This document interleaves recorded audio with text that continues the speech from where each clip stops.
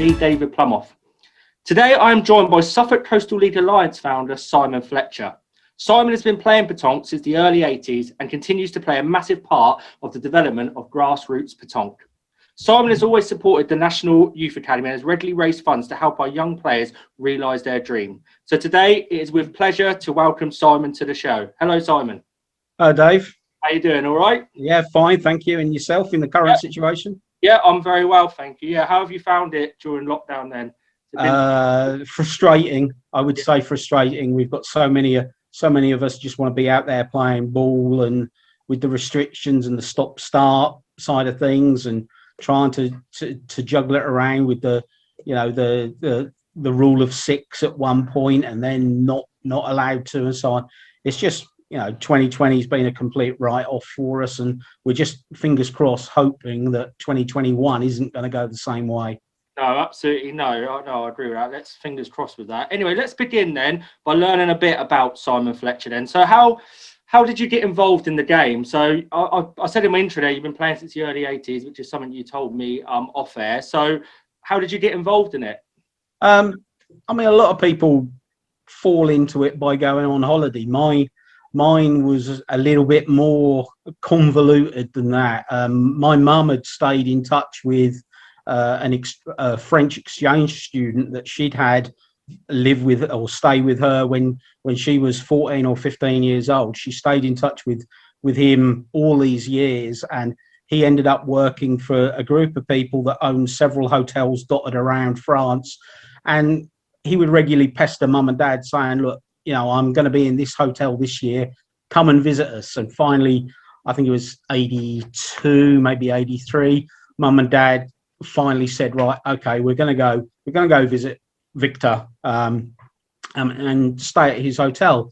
It was a lovely hotel on the edge of Lake Annecy on the French-Swiss border, and the big, huge gravel driveway that led up to the hotel was known by the locals as the best playing surface for all of them to play on. There was no official clubs in the area at the time that we knew of. All the locals would turn up on their bicycles, sit under the trees, set their tables and chairs up, and then play all day long. So me, my dad and my brother started watching what they were doing, trying to work it out as you always try and do. Yeah. At the time I was learning French at high school, so I was able to part communicate with them. The old boys themselves had a little bit of English, and between us we worked out what was going on, and they eventually invited us in to play. Victor was quite pleased with this, that we British had adapted to this supposed French game, and upon us leaving at the end of the 2-week holiday, presented us with mum and dad with some presentation ball. And when we got back into Ipswich, it was one of our first things we done is try and track down where the local club was at the time. And that really, I mean, at the time I was 13, 14, and it's really gone from there, really. I've been with it ever since. So when you came back from France, was it difficult to find somewhere that oh yes, yeah, it was. Fortunately, in Ipswich we had a local club at one of the local sports centres, so we were able to track it down quite quickly. But this was in the days of before Google and internet and everything else, so you were lucky to find out. It was just so happened that there was a local place that we just stumbled across right on our doorstep. So we started playing at the local sports centre with the club, the Ipswich club as it was at the time. Over the course of years, the older members, sadly pass away or become just too old to play anymore. And Dad and myself took on the role of running the club. Dad ended up stopped playing himself. And left it with me. I mean, I was running the club from about the age of 16 onwards because there was nobody else really stepping up to do it, and just stuck with it and have been running stuff ever since. Yeah, I was about to say, so that was probably your first foray into like being in charge. Well, not being in charge. Well, yeah, being in charge, but running clubs and running, societies, I guess. And that was something that did that excite you, that side of it, as well as playing? Yes, yeah, definitely. I like to organise. I wouldn't say I'm a naturally born leader, but from the organisational point of side of things, I had ideas. We tried different formats of competitions and things. You end up working like anybody. You end up working out what works well, what doesn't. So you drop the things that don't work well and substitute it with something else. And eventually you find that sort of formula that works for your people in your club or your area, or the people that attend your tournaments that you put on. And it was just a natural progression from there, whilst at the same time still trying to participate and play myself. Yeah. So moving forward, then, did you? How long did it take? What region were you part of? Then were you part of the? Did you have an English Petanque Association license? It was the old BPA at the time. We didn't come across them till probably a couple of years into playing, and we thought, well, this is good. There must be people playing further afield than sort of in and around the Ipswich area, because that's where we were restricted, kept to, with knowing where venues were and so on. And finally we tracked down the BPA in, I don't know, 86, 87 perhaps, and then started going sort of further afield to the competition. Like many of the older players will probably remember Towerlands at Braintree. We used to play in that every year at the start of February. That was like the tournament that kicked off the new season. Sadly, that tournament doesn't happen anymore, but that was a great one to go to. So do you remember the first interregionals that you played in? Yes, that was 1996 at the Isle of Wight. It was the last year of the Isle of Wight, very much like what Keith said the other night in your other interview. I think he said that was his first interregionals, the last year at the Isle of Wight there. Sandown, I think it was. That was my first time of qualifying for the region. It came at a time when we'd lost our first daughter, so it was difficult to weigh up, should I leave and go for that weekend or not. But fortunately my wife persuaded me that you've got to get out there and still be doing things. So I went there and played with a decent team, and we put up I'd say a decent fight at the time. I always go to these interregionals and think, well, if you win 50% of your games, you've done at least your minimum contribution to the overall team score. I think we won 6 out of 11. I think the format was, maybe 7 out of 11, no more than that, and came away from that going, right, okay, I want to do this again the following year.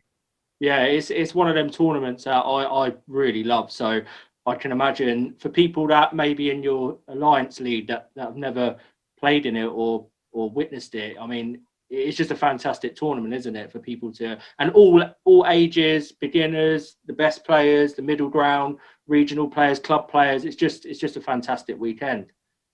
Yeah, I mean, it's fantastic to see the players there all in the different kits. I mean, again, I'm mirroring what Keith said in your other interview the other night. When you got 600-700 players there all in their different kits, and you can clearly see which region is playing where at any one point in time.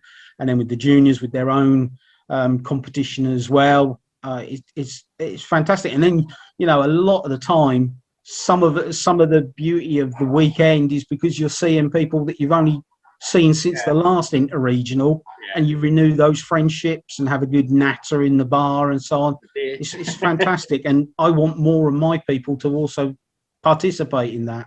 Yeah, well, let's move on to that. Anyway, I've got that down here about you. Obviously, what was it? Did you create the Suffolk Coastal League Alliance yourself, or was it like co-founded with someone else? Or? Yeah, no, well, it happened that we got an Ipswich League running, but that folded in 2000 through. There was just 3 teams left at the time because people tend to move on and do other stuff.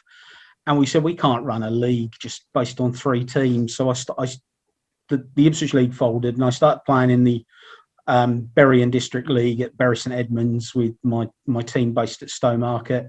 and for a few seasons there was nothing going on in actual the Ipswich area. And then I went to a Suffolk County Association meeting one year, and they said, well, surely there must still be people in your area back in Ipswich and the surrounding area that still want to play.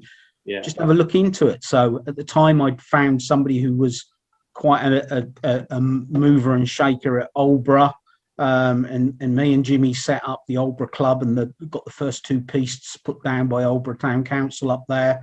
And it was Jimmy that really persuaded me, gave me the push, said, look, I'll back you if you want to try and chivvy up people. I'll back you, and we'll see where we go with it. And that first season, we had to come up with a format because we had one of our fuel crises at the time, so travelling was restricted because people weren't wanting to consume so much petrol or diesel. So we came up with a format of the matches that would suit everybody bundling into one car for an away match. And so the league was born basically out of a fuel crisis, really. And our first season was 2008, and it's been going ever since. Last year was our 13th season, so we feel that maybe we jinxed the whole country with it being our 13th season, having no play whatsoever. Don't say that. So how did when you formed the league then, what was the format of it? What was it? Was it 6-a-side or 4-a-side? Or 4-a-side, 4 players a side. What we done is, because we found there was a lot of husband and wives or couples that were playing, and they tended to bring along another husband and wife or couple. And we said, well, you know what, why don't we make it a foursome as a team? And then they can share one car to get to a fixture. And we made our games all doubles. Basically what we done is, say the first husband and wife played together and the other husband and wife played the other team. And then at the end of that, you had to split your partnerships up.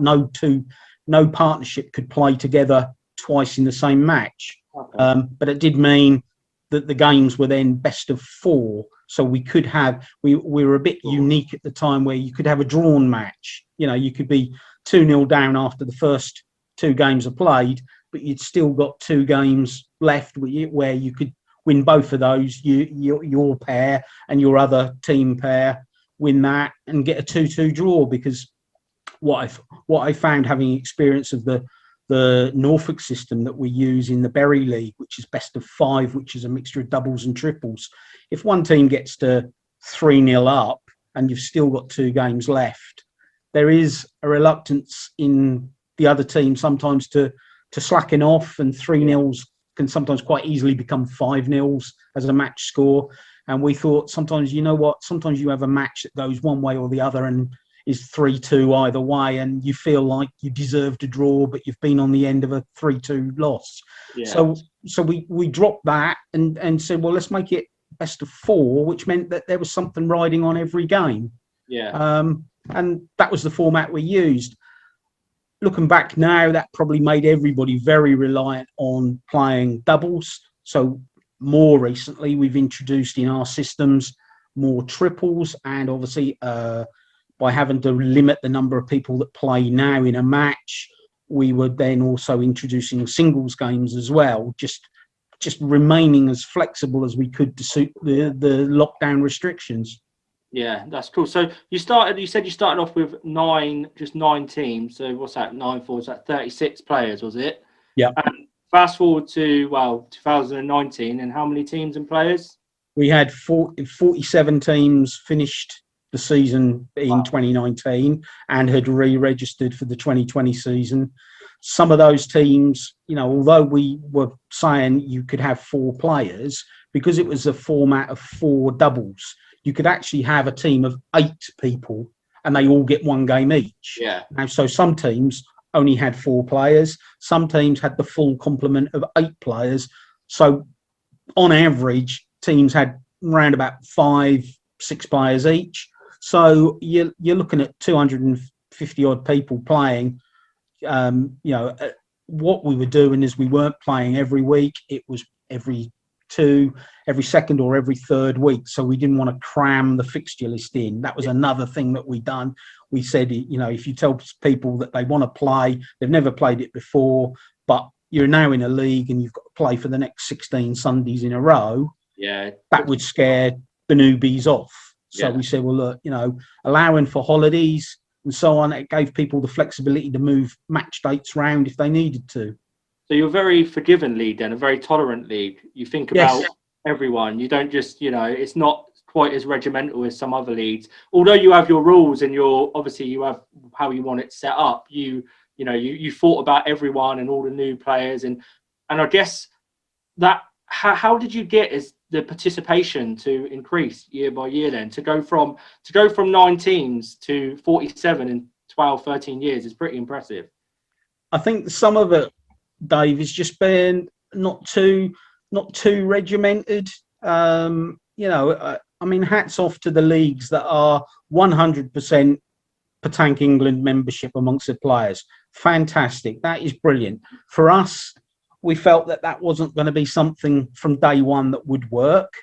We went against the flow, and we certainly went against, you know, the normal conception of what a match is. We allowed people to play with leisure ball if that's the only ball they had. We did point out the disadvantage that they would be at, but we allowed people to progress at their own speed. We didn't want to push, we didn't want to force them into saying, no, you can't play unless you've got competition ball. If you want to play with leisure ball, play with leisure ball. We were just all out to get as many people playing as possible and let people naturally progress. Some people will elevate and go, do you know what? I love this game so much. I want to get some competition ball 3 weeks in after starting. Others are quite happy to just mellow on and enjoy, continue. And we weren't going to stop. We didn't want to stop that. We've done a lot of mass marketing, local newspapers. We had a lot of press coverage. I've done a lot of internet searching, a lot of email writing. A lot of our clubs and teams that play now are basically on the basis that I had happened to just contact the pub and said, do you know what? Do you fancy playing this game? You know, landladies come back to us and said, yeah, come and speak to us, show us what it's about, and we'll have a think about it. And then we've gone there, we've set our stall out, said, right, this is what we've got to do, this is what you need. And even now, a lot of the venues were still playing on the pub car parks or the driveways or just the gravel frontages to community centres and village halls. But that's just the way it is. That's just what works for us. I'm not going to ever sit here and say that that's going to work for every region, because every region is different. But for us, that worked because we're a little bit sleepy Suffolk. It's sometimes difficult to get people out to do things. And that was our way of getting around it. Going, well, you can do this. You've got minimum effort to put into it. And if you like it, we can tell you where you can progress, where you can take it on from. Yeah, that's brilliant. No, that sounds really good. I know through my experience playing in leagues, and I play in what's called the New Forest League in down south, and it's a similar to what you're talking about. It's a very relaxed league. It's a little bit more stricter than what you're talking about, and it does take itself a little bit too serious sometimes. I've come across certain teams and players that, you know, that are a little bit over the top, but I think from what you're saying, a lot of leagues can learn a lot from you, because one thing that I don't like is seeing someone push back just because they do something wrong or during a game, or like you said, they're using leisure ball. That doesn't help people want to carry on playing. If anything, that makes people go, well, I'm not playing this again if they're going to be like that. I've never played this sport before and I want to just have a go. So I think what you're doing is fantastic. I really do. So how big is the your Suffolk Coastal Alliance League? How big is it in terms of, like, from the furthest someone has to travel, you know, the 2 point? Is it a big area? Yeah. I mean, we cover the entire Suffolk coastline and further infield from that. Depending on whether people have any knowledge of Suffolk at all, our most southerly team currently is based in Tattingstone, which is sort of on the Holbrook, near to the Holbrook-Shotley Peninsula, just to the south of Ipswich. We go right the way up the coastline. The core of our teams around the Aldborough, Thorpeness, Leiston, Snape area. That's where quite a concentration of teams are. We go right up to the Suffolk-Norfolk border, where Lowestoft then becomes Kessingland, becomes Yarmouth, and then since then we've stretched across into more the heartland of Suffolk, as teams have approached us and said, you know what, we've heard about your league, we'd like to join it, but we're based, you know, in XYZ village. And we've gone, well, do you know what? If you're prepared to put the travel in, we're happy to receive you. And we've got, you know, we call ourselves the Suffolk Coastal Petanque Alliance, but there are teams that are in our league that are still just over that border in the Norfolk area, but sometimes where they're based, it's easier to get to the matches in the Suffolk League than it is to travel up to Norwich and play.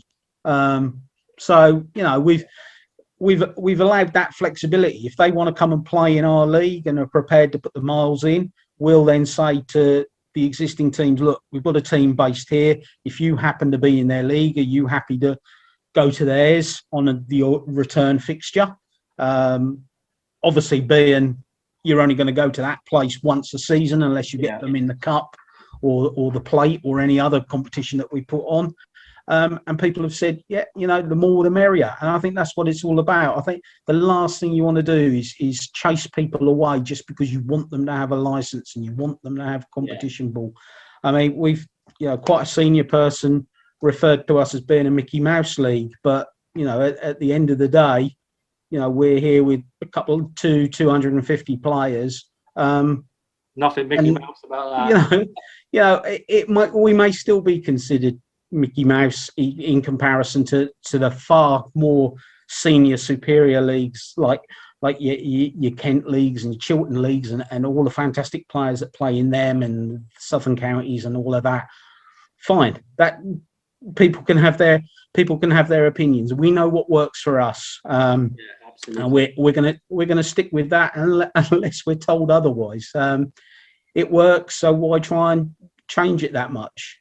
No, I totally agree with that. You just touched on it then about obviously Petanque England members. Of your alliance, is there many people that know about Petanque England and what it can offer, or is it just a case of if you want to, you know, you don't say anything, you just let them find out for themselves?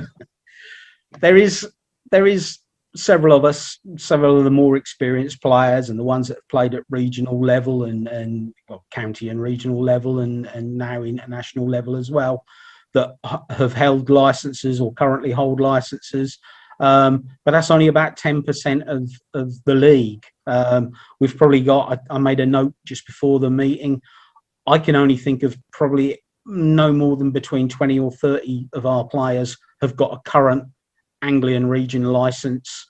And that's, like I say, that's the tip of the iceberg. That's only about, you know, 10% or so of the league. And I'm sure there are other leagues around the country that are in a similar sort of situation, that, you know, the number of licensed members is far outweighed by the number of non-licensed members. Now, we've got a Facebook page that people can go into, and such as your Petanque show and Petanque England, there's links on there so that when they're on our Facebook page, they can pop into it and have a look at what Petanque England are doing and so on. But that's on the Facebook side. They don't necessarily go to the website. No. And I think, you know, not putting down Petanque England, what they do, because they do, you know, a great job for the people that want to hold a license. But I think as a collective, we're missing out on a trick that there's too many people that don't hold a license that are slipping through the net and aren't quite aware of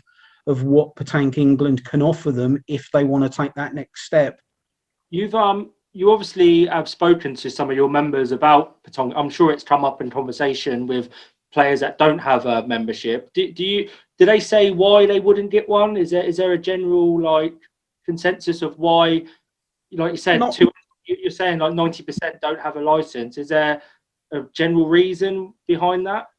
I think, you know, sometimes you have to look at the demographic of what your league consists of. You know, with us being Suffolk Coastal, we have a high proportion of coastal towns that have a slightly older community set. rather than younger persons. There is a lot more older players, and a lot of those older players are not wanting to travel and put the miles in to go and outside of county. They're quite happy in their little niche and their little playing area and their little, you know, the word at the moment, their bubble, so to speak. And that's it. If that's what they want to do, I haven't got a problem with that. But there are, you know, we haven't got a huge amount of younger players that I would say are sub 40 years and below, and we certainly haven't got that many juniors. So trying to encourage people to have a license is quite a tough task, because you've got to explain to them, well, look, this is what you can do or be involved with. But if they don't want to be involved with it, there's nothing you can do about that. No. Fortunately, we've got the inter-regionals are going to now be in our backyard for hopefully the next few seasons. And that's maybe something that I could bring some of my people to, on a day ticket or something, just to say, look, this is what the regional championships looks like. You know, this is how fantastic it is. Does that now whet your appetite for a license? I think there's got to be a lot of legwork done by myself and my committee to help push that. We've got a commitment to a certain number of people that are prepared to take out Petanque England licenses under the Anglia region, but we just need to just strive that a little bit more, but also try and capture the non-license holders and at least give them the opportunity to consider it. But I think they're just slipping the net, so to speak, at the moment, and are not fully aware of it. I think there's a fear factor amongst them. If they think, oh Christ, you know, county level, regional level, that's far beyond me. But with some of the competitions we've played in and the places we've taken our players to, and our annual trip to Belgium and Holland, we've shown the people that have come there, you know, this is the level that they're on at the continent, and you can compete with that. You can give those people, those Belgians or those Dutch, a half decent game. You're winning games against them, and that's eradicated some of the fear level amongst some of the players, but not all of them, because, you know, as I say, we've gone from being 40 players to 250, so it's difficult to try and cover everybody. And as I say, you're never going to capture everybody, and not everybody's going to want to take out a license, full stop. No, absolutely true there. What I mean, I would say there's probably a good 8,000 to 10,000 probably players in England, I reckon, that played a game. And obviously you've got about 2,500 that are members. Do you have any idea of how we can, or what can we entice people to want to get a license? Do you think Petanque England do enough to try and get to try and contact those type of leagues and to give them something back through getting a license? I always struggle a little bit as to say, well, what would someone get out of a license that only wants to play locally in leagues? Like, for short argument, if you said to someone in your league, oh, you can get a Petanque England license, the first thing they're going to say is, why? I'm happy playing my local league here. So I've struggled to think of how Petanque England can get those people involved, even just showing them what is on offer. You got any thoughts on that? Yeah, I've sort of come up with an idea which I'm trying to put through to Clive De Silva at the moment. I've been in touch with him, saying I've got one or two ideas on stuff as far as Grassroots is concerned. Looking at the Petanque England website, there is, when you go to look at affiliated leagues, there is only 3 listed down there.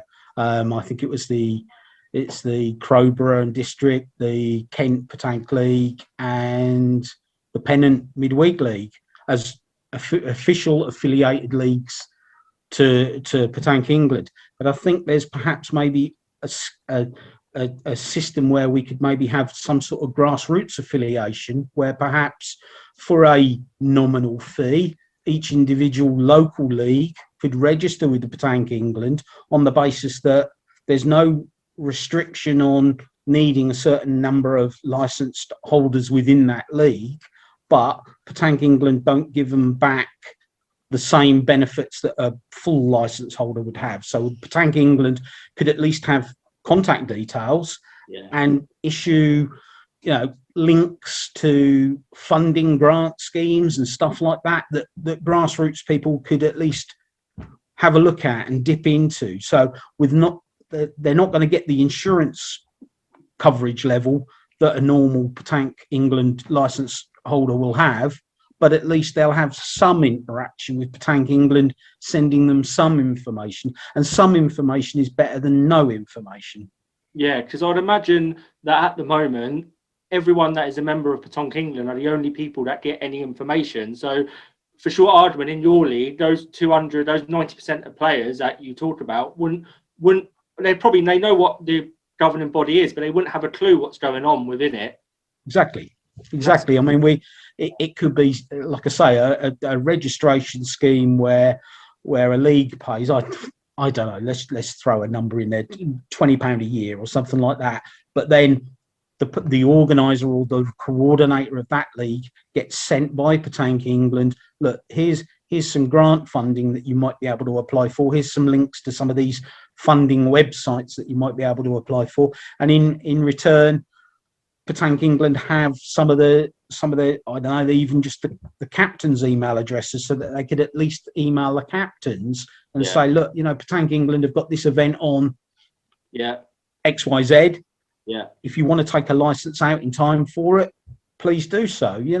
And you've got to try something. There's going to be a point when I also feel that there's going to be a point when lockdown finishes and people who've been housebound for a long, long time are getting stir crazy and want to get out and do something.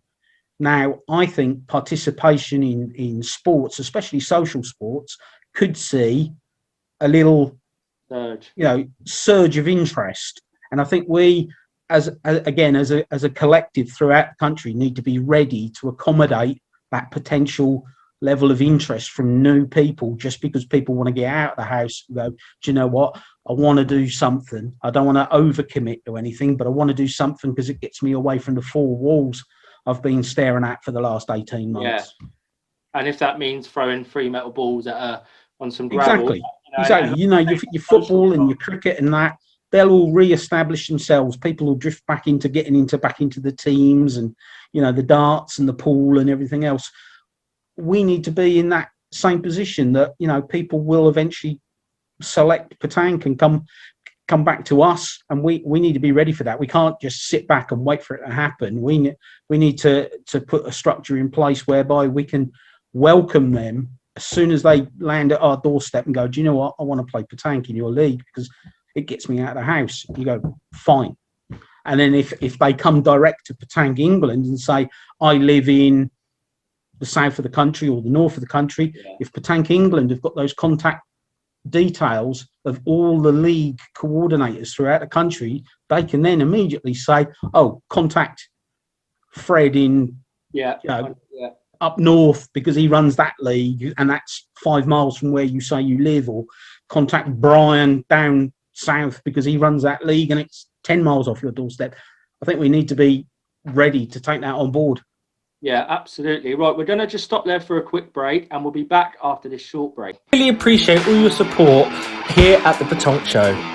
We'd also appreciate it if you could head over to the Carol Le Crappard Facebook page and online shop to view all their latest equipment and clothing. Thank you very much and enjoy the rest of the show. Hello and welcome back to the Petanque Show. We've dived into Simon's career as a Petanque player. We've talked about the Suffolk Coastal Alliance, and we've also talked about his promotion through that league and getting players in. Now we're going to talk about Petanque England and their membership system and maybe a restructure in the future. I know a lot of talk has been of tiered membership or not having a tiered membership. What are your views on that, Simon?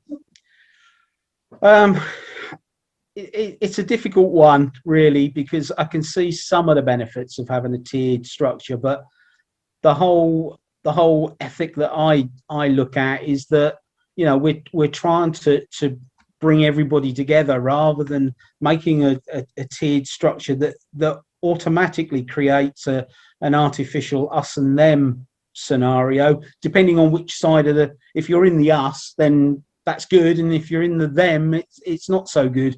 I think Petanque England should stick with a same fee for everybody. Obviously, there's a different price for the juniors, but same price for everybody, because everybody gets the same benefits. Everybody gets the same insurance level coverage. You know, the level of information that you get from Petanque England is the same. You know, whether you're a Petanque England license holder in Anglia or Kent or Chiltern or wherever, the information that comes from Petanque England is the same. So personally, I don't think a tiered structure is necessarily a good step to take. I think Petanque England have got to be slightly careful with the fact that numbers have dropped off because of the COVID side of things. And first and foremost is to at least recover those people that have dropped off the radar since, and then work on the new people that are out there before you even start thinking about bringing in any change of pricing level. I know sometimes the license fee has to go up a little bit in relation to rising costs and inflation and that sort of thing, and then you've got the regional precept price, element on top and so on. But I don't think to toy around with a tiered scheme, for me, if I was voting in a room full of Petanque England members, I would say no. But that's my personal opinion. I'm sure there's probably as many people that would argue against that as argue for that. But as I say, that sort of ties in with what I was saying earlier about the grassroots side of things. Yeah. That can be offered on a league by league basis, and doesn't have to be a fee that a person or an individual has to pay out, but the league does. And then they get a certain level of Petanque England benefits, i.e. just information flow and links to funding and that sort of thing, and maybe even just a direct login or whatever you need to get onto the Petanque England website to open up any information there that's not necessarily readily available. So yeah, no, that's good points. Obviously I am for tiered membership, but obviously everyone has a different opinion how things work. I guess maybe I'm for it because I'm in that top level player and I want to progress and see England or myself with my England teammates winning tournaments. So my view on tiered licensing isn't necessarily to segregate anyone so they can't compete, get better. It's more to create a calendar where everyone has a level playing field. And then if you feel like you can step up after you've been playing on that level playing field for a year, you can then go to the next tier and the next tier. That's all my thinking is behind it, because what I find is some people don't want to play in certain competitions with fear of getting beaten too easily, because one thing that they'll say is, the same people always win. Well, yeah, because those same people put a lot of effort into get better.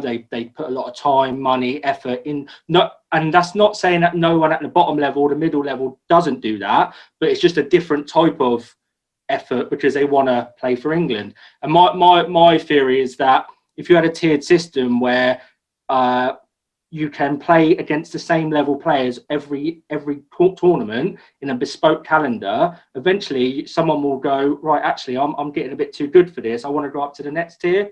And then you have a natural progression of players getting better. That's how I see it anyway. There's a bit more detail to it, but that's just how I see it. But I take everything that you said on board. I mean, in some ways, if it ain't broke, don't fix it. I mean, it's not, like you said, at the moment, the thing that's broken is the amount of people that play the sport. And that is something, like you said, that we need to fix first. So yeah. I mean, I see it, if you ask somebody like, let's take for instance, Sean Prendergast, he was ranked number one player, 2 or 3 seasons ago, but that's number one player out of 2,800 people. If Sean could turn around and go, yeah, but I was ranked number one out of 10,000 people. Now, doesn't that sound a lot better? Yeah, absolutely. Yeah. That's then even more of an achievement for, Sean's a fantastic player. We all know that. There's no quibble about that. But saying you're the best of one of 2,800 is brilliant. But saying you're the best of 10,000 people that play is even more fantastic. Yeah. And I think that's where we need to move to. Just get those numbers up, then see where it takes us from there. You know, it may be that we don't bring in a tiered system for a few seasons. Just, you know, we've got to, as I say, we've got to recover the COVID numbers, get our membership back up, encourage those others that haven't already got licenses, then see where that puts us. If that then puts Petanque England at 4,000 members rather than 2,500 or whatever, fantastic. You know, job partially done. But then let's then take that step on from there. I think you need to take it step by step and see how it goes. Absolutely, yeah. It's a balancing act as well, isn't there, as well in there? But no, that's a great point. So I really enjoy talking about that with you. Another hot topic at the moment that's been doing the rounds is the talk of, it comes up every year, to be honest, but I think it's now time for a bit more action, and that's maybe having an indoor facility. Now, I know you've got some views on this, so take it away. Well, being one of those players that's benefited in the past from playing in many ballerdromes across mainland Europe, you know, that's a fantastic facility for any club or region to have. And then having taken my players away on trips to Belgium and Holland, where most of the clubs have got both indoor and outdoor facilities, they've seen how fantastic it is to have an indoor facility, and the benefits of it come, you know, the lovely British winter. And even the summer sometimes, where, you know, you want to be indoors playing rather than outdoors. That's encouraged them. We've already got the East of England Ballerdromes Limited set up for charity status, so that we can, when we're ready to, we can try and apply for grant funding and so on to get something for us in this area. I think perhaps maybe it's a step too far having a purpose-built ballerdrome at this stage, but certainly with Suffolk especially, it benefits from the fact that there's a lot of disused RAF and USAF Air Force bases dotted around the sort of Suffolk coastal area, where, you know, some of these air bases have got hangars and other outbuildings that are just sitting empty. No money coming in for whoever owns them at the moment. Ideal, you know, as long as they've got heat, light, water, and some toilet facilities. You know, you're like me. You've probably, you know, you remember what it was like at Whittlesey. You know, it's just something like that, but on a slightly larger scale. Some of these, you know, some of the aircraft hangars and the industrial buildings and units, you know, somewhere where you can build your pieced up off the existing concrete floor slab, you know, for, you know, hopefully if you get an agreeable rental fee per annum, and then whenever the rent finishes, you can just clear away the stuff, and you've not actually affected the fabric of the building at all, and just hand it back to the owner. That's what we're looking at the moment, trying to track down a suitable facility where we can get something set up indoors at a fee that's affordable. We would look at maybe having some sort of subscription fee amongst our members to help pay towards that, and then obviously we would heavily market and try and get sponsorship and stuff. I know sponsorship at the moment is a difficult subject in itself, with businesses suffering left, right and centre, so now is not the right time to necessarily go chasing for any sponsorships, but you know, it's something that we're certainly looking at. And if we can get a facility set up here and be one of the first to have at least at the very minimum a covered area, like, you know, like what Gravesend have got, fantastic little facility there, you know, and we can have something here, and then hopefully one or two other regions can pick up similar sort of places themselves and have a little mini network of ballerdromes across the country. Then the whole thing will, you know, you'd like to think the whole thing would start to snowball a little bit and go from there, and eventually, you know, get a national ballerdrome somewhere, you know, somewhere that's fairly central for most people to get to. Yeah, I think that's a good idea. I think, and it's not a nice thing to say, but because of what's happened with the pandemic, there's been a lot of places that have probably become, you know, abandoned because of financial reasons, and it could be worth taking a chance on somewhere or something like that, and just someone might be like, right, I need some money, so how much can you offer me? And you know, exactly. It has to be like a corrugated place with, like you say, with some heating, toilet facilities, and away you go. We're not asking for state of the art. I've played in Caen, in the National de Caen, and it is amazing building that is just unbelievable where they play. And you know, we're never going to have something like that. But if we can get something off the ground like Gravesend with some sides, we're good to go. And that can really be a catalyst as well for sponsors as well. So I think it's something that we've got to action now rather than, again, definitely. I think if you can keep people warm and dry, yeah, they're the two main aspects. You keep them warm and dry, and then they'll play. Then it doesn't matter what the weather is doing outside.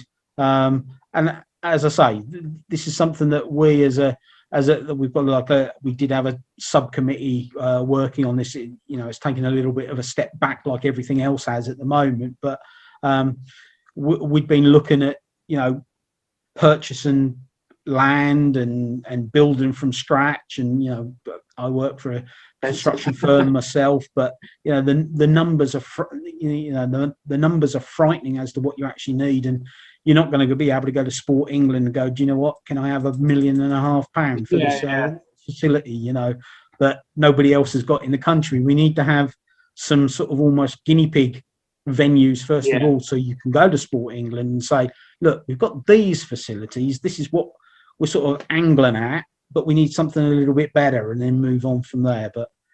But yeah, I think that's a work in progress for everybody, really. Yeah, absolutely, and hopefully we can start using different people's advice, and hopefully we can get the ball rolling on that, because that's the thing I want to see. It's not necessarily getting it done tomorrow. It's just about having a plan in place and an action plan in place where in 5 years' time we can say, look, we've started this, now we can finish it, and that's something that I would like to see from Tonk England. Anyway, let's move on from there. We're coming towards the end of the show now. One thing I just want to talk to you about is your Suffolk Coastal League Alliance. So what's the future for that then? What's your goals and aspirations for that league? Well, we want to try and encourage more people to take out Tank England licenses, which will then open the doors and the avenues for them to play further afield. Yeah. Again, you know, as I said earlier, we've got to look at making sure we don't lose people through the lockdown effect that COVID's had. You know, all those people that were ready, you know, had re-registered at the end of 2019, ready for the 2020 season. You know, there's going to be an element of us chasing them up now for whatever we can do in 2021, which may still be slightly suppressed. But, you know, we don't want to lose them completely. So we've got some work to do there, as well as trying to do some forward promotion with some of the youngsters. You know, we've had, you know, some good young players in the past. You know, Lewis. A lot of people will know Lewis, my son, who played at the World Junior Championships in 2013. We've now got the rising star Bailey Ingles, who's a fantastic player for his age. He's now into the NYA Championship team. For, you know, he's been selected for, hopefully, if it goes ahead, the juniors in the Euros in Spain in June time, I think it is. But yeah, we want to look at trying to get more of the juniors involved, because automatically you get the juniors involved, the mums and dads then, you know, may not be interested at first, but if the junior is playing, then they sort of get absorbed into it, and then you know, one potential player becomes three potential players. So you know, you do that 2 or 3 times over, you suddenly got yourself 10 extra people playing that you didn't have if you hadn't have tried it. Yeah, absolutely. Well, it's been a pleasure talking to you, Simon. As always, I always ask my guests 5 quick questions at the end, just to see what everyone says. So let's start with you then. Best venue in England you've ever played at? Because I haven't done the national championships, it's difficult, because obviously I haven't been to some of the places that you guys have played at. Right. But certainly from personal experience, I would say from playing and having the scene, the scenery around me, I would have to say probably City of Bath. The venue, playing on their plateaued pistes. We played there about 3-4 years ago in a 4-way tournament against we went down to Suffolk Coastal. There was City of Bath, Great Western Region, and Carrefour from Jersey playing in a four-way competition. And you're playing on those pieces, and you're looking out over onto Salisbury Hill. Fantastic venue. Yeah, absolutely. I've never played there. I've been to Bath, and I went. It was funny actually. I went about 5-6 years ago. I went to Bath on a weekend with an ex of mine, and they in the middle of Bath, they've got a couple of terrains, and I remember playing there. And I always thought that was the place where they play, but obviously it's a different place with unbelievable views. So yeah, they're in the square in the actual town itself, aren't they? I think where you're referring to. No, I think having spoken to people like Chris Garrett and people like that, they've always spoke highly of that. But certainly for me personally, City of Bath, as far as England is concerned, and then obviously I played at fantastic places abroad as well. Yeah, absolutely. Okay, so the best advice you've been given as a player. Well, it's not necessarily petanque related. When I was small, we used to go visit my great auntie. My mum used to take me and my younger brother to my great auntie's house, and she used to teach us to play blackjack and pontoon and Newmarket and rummy and all of those card games with one P's and two P's. And it was always a case that me and my brother would hate losing, would get in a bit of a tiz and so on. But my Aunt Flossie would always say, look, you've got to accept that you're going to lose sometimes. And she taught us to try and take the loss on the chin, because there's always another hand of cards to be dealt, and you could potentially win that one. There's always another game. That's great advice. I always sort of dismissed it as a little 7-8 year old, but as you get older now. As you get older, that sort of thing resonates back to you through the years, and I think through my footballing career, and then obviously into my petanque career. I mean, don't get me wrong, I hate losing, absolutely hate losing, but it's going to happen. There's always another game. There's always another match. You're never, even the top guys, you're never going to win every game. No, absolutely great advice, people listening. Number 3, then, who is your favourite doubles partner to play with? I'm going to be very, very biased here. I would say when he was playing as a junior, it would have to be my son Lewis. Mm-hmm.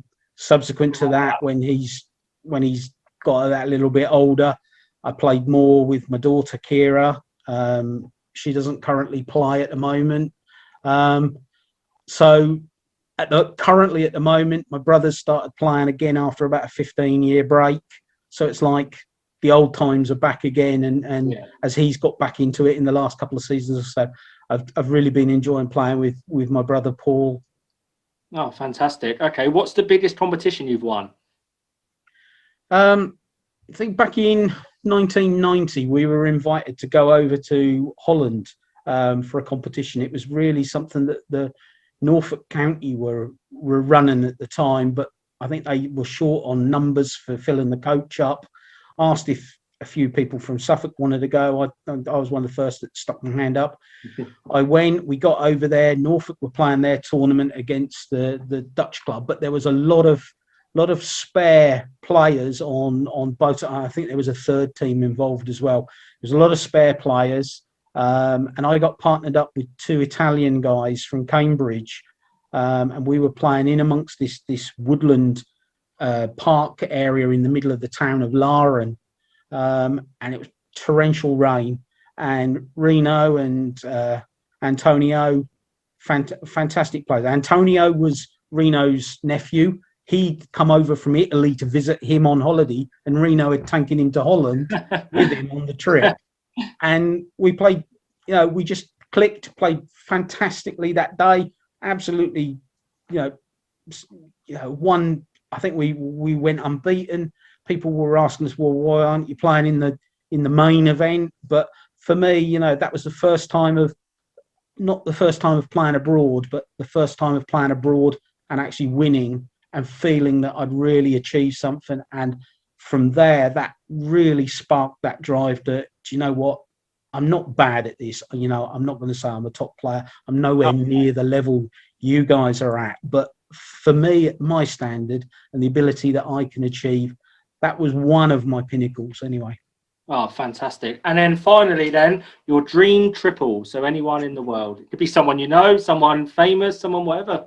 Well, it's easy to answer that with, you know, the fantastic players that are on the world scene at the moment.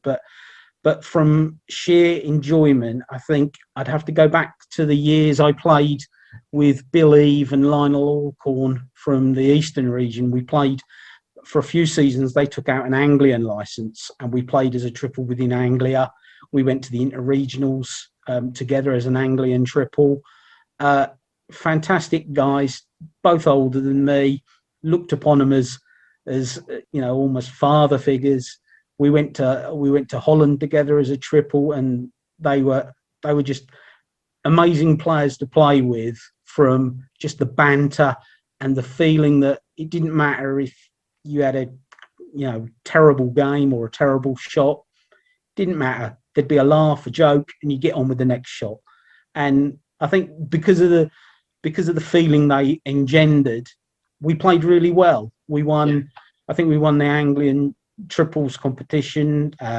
Me and Bill played several times as a pair in competitions as well.